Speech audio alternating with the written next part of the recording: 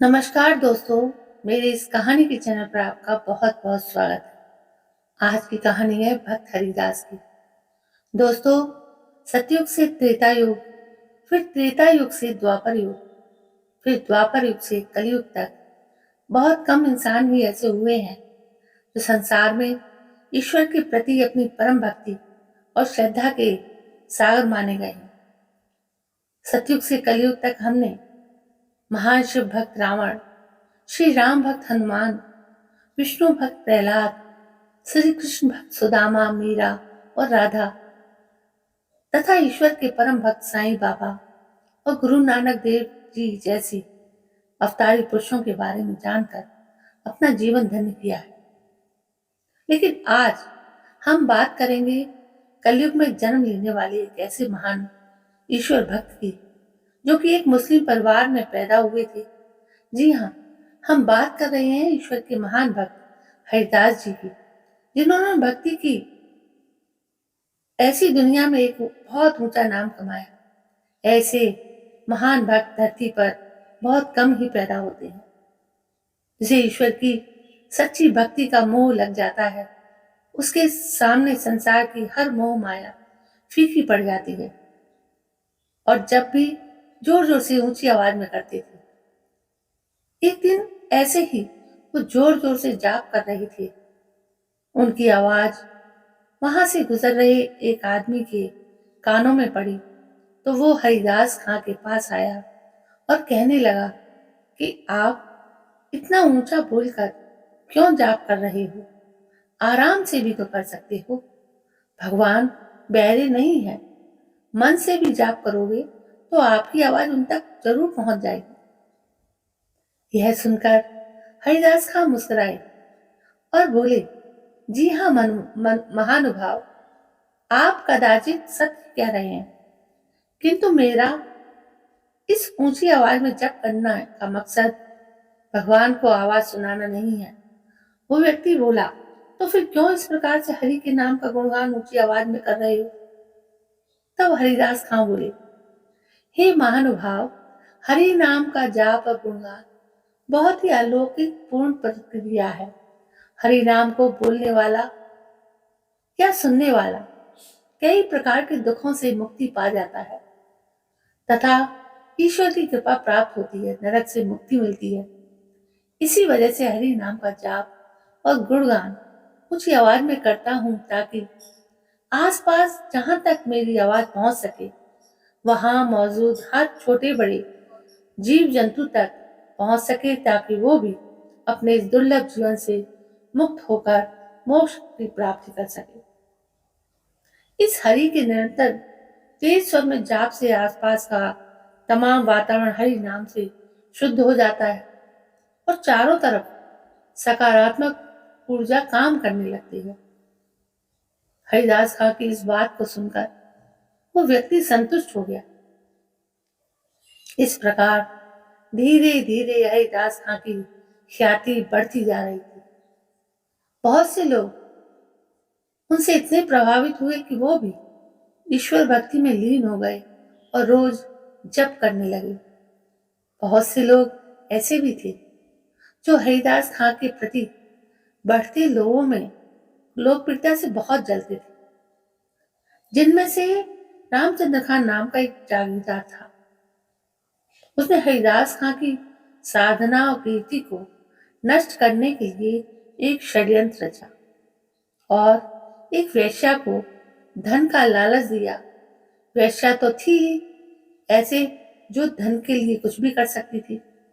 वेश्या तुरंत रामचंद्र खां की बातों में आकर उसकी बात मान गई। वेश्या बहुत खूबसूरत थी। वेश्या ने रात को खूब साज श्रृंगार किया और हरिदास खां की कुटिया की ओर चल पड़ी। जब वेश्या कुटिया में पहुंची तो हरिदास खां की भक्ति में लीन थी। हरिदास खां के मुख पे तेज और सौंदर्य को देखकर वेश्या में तीव्र काम वासना जागी। वो पूरी तरह से निर्वस्त्र हो गई और हरिदास खां के चारों तरफ नृत्य करने लगी। हरिदास खां को स्पर्श करने लगी। इस प्रकार रात्रि भर वेश्या निर्लज्ज होकर हरिदास की समाधि भंग करने का प्रयास करती रही, परंतु वो अपनी इस मंशा में सफल ना हो सकी। सुबह होते ही वेश्या ने अपने वस्त्र पहने और जैसे ही चलने को तैयार हुई, तभी हरिदास खान ने बोला, देवी, आप कौन हो और कब से यहाँ हो? मैं क्षमा चाहता हूँ। आपसे हरि भक्ति के आनंद में लीन रहने की वजह से मैं आप पर ध्यान न दे सका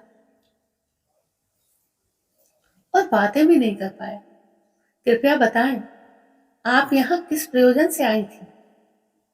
उस समय वैश्या हरिदास की किसी भी बात का जवाब दिए बिना बस मुस्कुरा कर वहां से चली गई।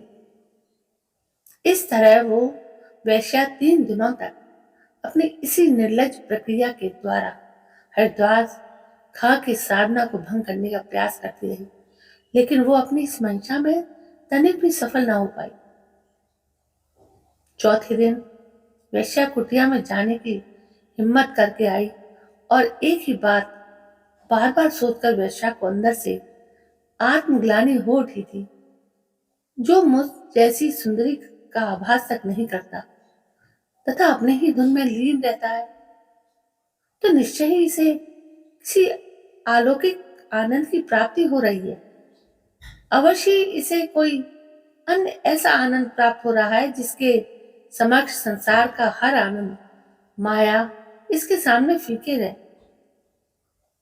इस विचारधारा के चलते जब वैश्या ने भी उस परम आनंद की प्राप्ति की तीव्र इच्छा प्रकट की, इसके बाद वैश्या ने हार मान ली और उस वैश्या को खुद से नफरत होने लगी। उसकी आंखों में अश्रुधारा बहने लगी। लगातार 3 दिन तक वैश्या के कानों में हरि नाम का जाप जाता रहा, जिसकी वजह से चौथे दिन वैश्या पूरी तरह से बदल चुकी। उसके मन मस्तिष्क में सिर्फ एक ही आवाज गूंज रही थी, वो थी हरि नाम की।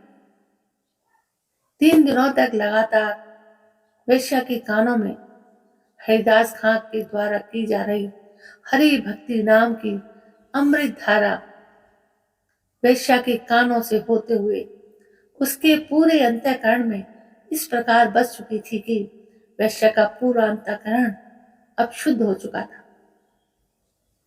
वो हरिमय हो चुकी थी।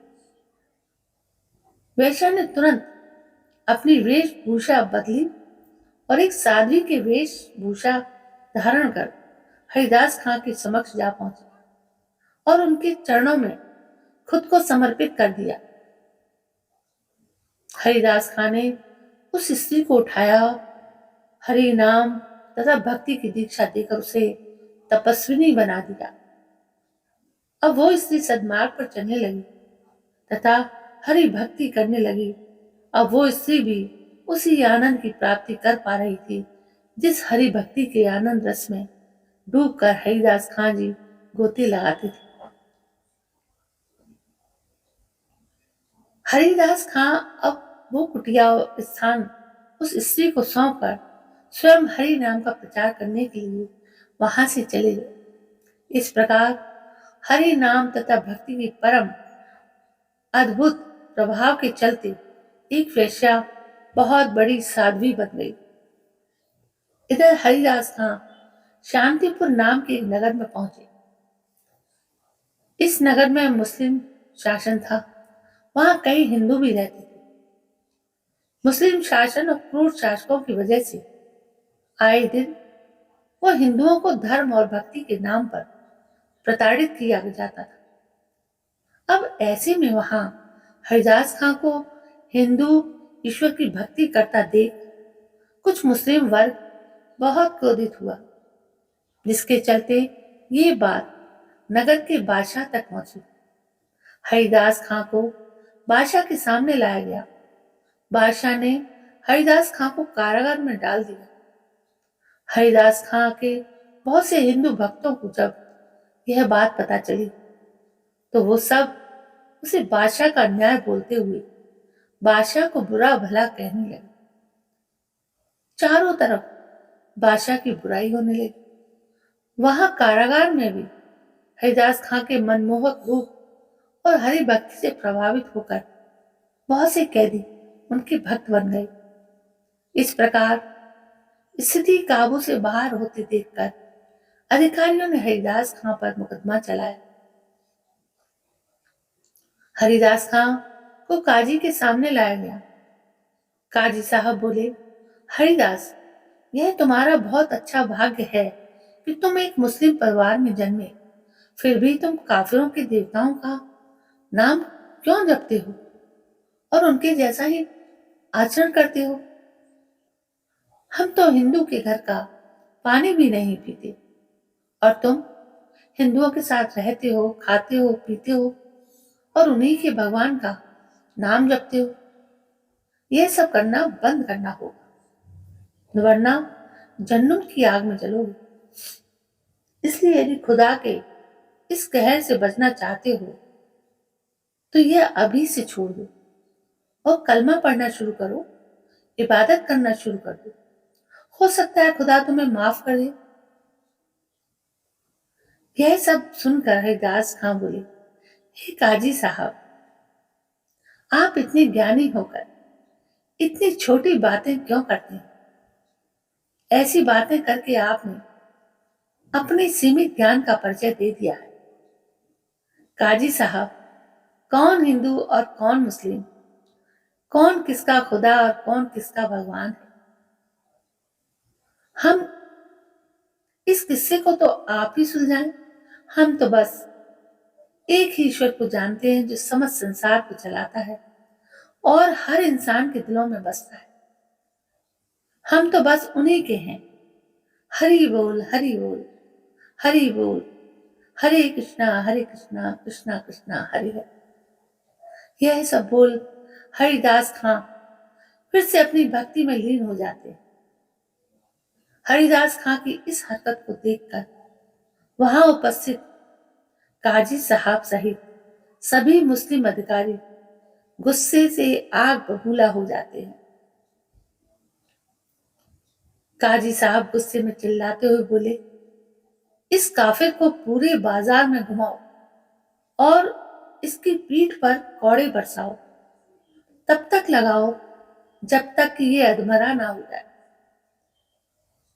मुस्लिम सैनिकों ने वैसा ही किया। हरिदास खां को बाजार में ले जाया गया और हरिदास खां ने हरि भक्ति की कृपा से अपनी प्राण शक्ति को केंद्र में स्थिर कर लिया, जिसके चलते चाबुक की मार से उनके मुंह से उफ तक नहीं निकला। देखते ही देखते पूरा बाजार लोगों की भीड़ से भर गया। इस नजारे को देख बाजार में उपस्थित सभी ने अपने दांतों तले उंगली दबा ली। हरिदास खां को मार रहे सैनिक भी अब घबरा रहे थे कि इस इंसान ने उफ तक नहीं किया और सहनशीलता की सारी हदें पार कर दी। इस तरह यह सिलसिला कुछ देर तक और चलता है। फिर मारने वाले सभी सैनिक थक कर वहीं गिर गए। इधर हरिदास खां जमीन में एक जिंदा लाश बनकर पड़े हुए। सैनिकों ने हरिदास खां को मरा हुआ जानकर उन्हें नगर से बाहर नदी में ले जाकर फेंक दिया और वहां से चले गए। वो कहते हैं ना, जाको राखे साइया मार सके ना कोई, बाल ना बांका कर सके चाहे पूरा जग बैरी हो।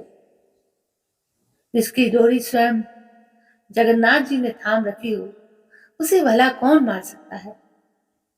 केंद्र में स्थित प्राण शक्ति स्वयं ही हरिदास के पूरे शरीर में समाहित हो उठी, जिसके चलते कुछ समय बाद हरिदास खां फिर से चैतन्य हो गए और जीवित नदी से बाहर निकल आए और फिर से हरि नाम का जाप करते करते वहां से चले गए।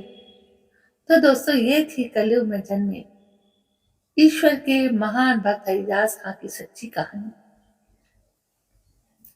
ये धार्मिक कथा आपको कैसी लगी जरूर बताइएगा। इस धार्मिक कथा में हमें यह सीख मिलती है कि जीवन में हमेशा ईश्वर की भक्ति करें उसका नाम जपे, चाहे आप किसी भी धर्म को से हो, अपने धर्म और ईश्वर के प्रति पूरी श्रद्धा और विश्वास है। इस धार्मिक कथा से हमने सीखा कि कभी भी किसी के धर्म को गलत ना कहें, किसी भी दूसरे धर्म के प्रति गलत बातें ना बोले। धर्म के प्रति गलत बातें बोलने वाले और झूठी अफवाह फैलाने वाले लोगों का हमेशा दूरी बनाए रखें, क्योंकि ऐसे घटिया और गंदे विचारधारा के लोगों का मकसद धर्म को लेकर लोगों में आपसी बैर करवाकर फूट डलवाना होता है। दोस्तों, ईश्वर के प्रति भक्ति करना हर व्यक्ति का धर्म और फर्ज है, चाहे वो हिंदू हो, चाहे वो मुस्लिम हो, चाहे वो किसी और धर्म का हो। अपने धर्म के प्रति वफादारी बहुत जरूरी है। दोस्तों, हरि भक्ति हमारे जीवन को अमृतमय बना देती है। आपको ये कहानी कैसी लगी? यदि कहानी पसंद आई हो तो प्लीज मेरे इस चैनल को सब्सक्राइब करें, लाइक करें, शेयर करें, कमेंट करें। कल मैं फिर से एक नई कहानी के साथ उपस्थित होती हूँ। तब तक के लिए जय हिंद, वंदे मातरम।